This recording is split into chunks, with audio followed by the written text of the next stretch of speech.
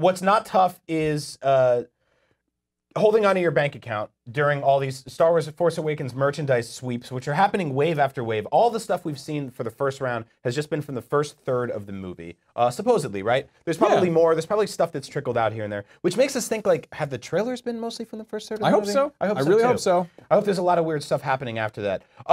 Now, I've got a Captain Phasma right here. I've got a couple toys. You have Rey's speeder on your desk. Yeah. We've been sort of selective on what we're buying here and there, because like we've said, not all of it has been great. There's some really cool stuff. Some of the like new Kylo Ren lightsabers, like the actual replica ones, are really cool. We had some lightsabers around here. Not as cool. Definitely not as cool. These were from a dollar store that one of our producers brought in here right before it started. Very cheap. I don't know. Oh, this would kill you. This would really... Look at that. Yeah. Look at that little bendy. You think a crossblade lightsaber's dumb? This is an inflatable one's a real bad idea. That's right. So if you think this Star Wars merchandise is bad, we actually dug through the internet and every website out there that sells Star Wars merchandise to find the worst Star Wars merchandise based on The Force Awakens. I don't know what you're talking about. This one's awesome. So let's take a look. Let's start with Hangin' Hoops Basketball. Real movie sound effects. Come on and slam and step up to the Star Wars. I like that one. You ever want to just slam dunk with you know what? With Phasma and the boys? The one thing I would change there is his real movie sound effects. I would change that so that it has real movie and basketball sound effects. So it'd be like, Roger, Roger, you know, like just like you slam dunk it. And where Kylo Ren's like, I want to finish what you've started. He's on fire! Yeah. From downtown! This is really bad. I don't know who this is for.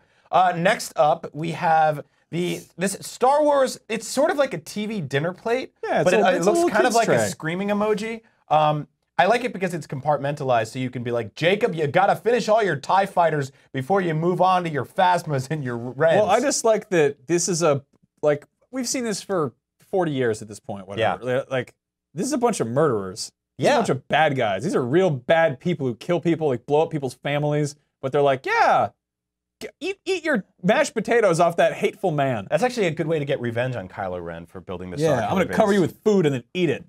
All right, that's right. Head to the airport in style with this garish, giant, embossed face of Kylo Ren on a suitcase that I think comes with a bicycle pump. I'm not sure what that is. That's the rolling thing. It looks like a bicycle pump. Okay, it looks like a lightsaber if you ask me. Yeah, I guess I can see that. Yeah, so I love What's this quote?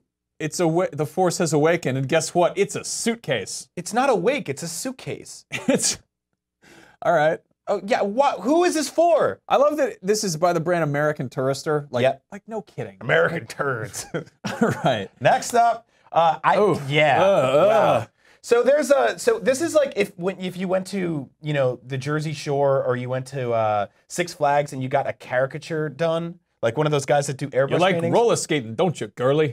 But they turned it into a little plush. It's not a beanbag. It looks like he has gray stubble on his chin. Is this a plushie for people or is this a dog toy? This is Finn. We still don't know his last name. It's not a dog toy. This is actually for human children. Fair enough. I would assume. This is a weird one. It's a tent. It's the Lucas Discovery Kit. That's my main issue with this one is the name. They didn't even try. They were like, yeah, it's a Lucas property. Here you go. That sounds like a science lab. This is one of those products that I feel like there's such a good chance that something like this would have a massive spoiler on it. Right. Because the person who designs tent flaps probably doesn't care too much about what the internet thinks. All right. This one, this is a good one. I like this one. This is stupid. This is a real dumb little gag here. Yep. Because it's got BB-8, right? Yeah. But it's a spoon set for infants, which is what you use to make babies eat. So it's BB-8, baby eat BB-8. BB-8. I think this one's funny because it's like BB-8 can't hold any of these things. At least we don't know that yet. Like we know R2's got little like things that come out, cup holders and stuff like that. In Jabba's palace, he's basically a bar. Star Wars Sorry, which was basically the original working title for The Phantom Menace. These two characters are just hanging out around this Millennium Falcon shaped board game. Yeah, I like that Star Wars Sorry is also the name of this episode of our show. Again, BB-8 can't pick up any of these pieces, so he has to just sit there and watch, maybe bump into the table and hope just mess it up for everyone else. Roll. Speaking of board games, we have Star Wars Guess Who? Which is what we've been playing for months at this point. Yeah, how does this work? Hey, is your character a gold robot? Cool, you got it in one guess. It's for babies.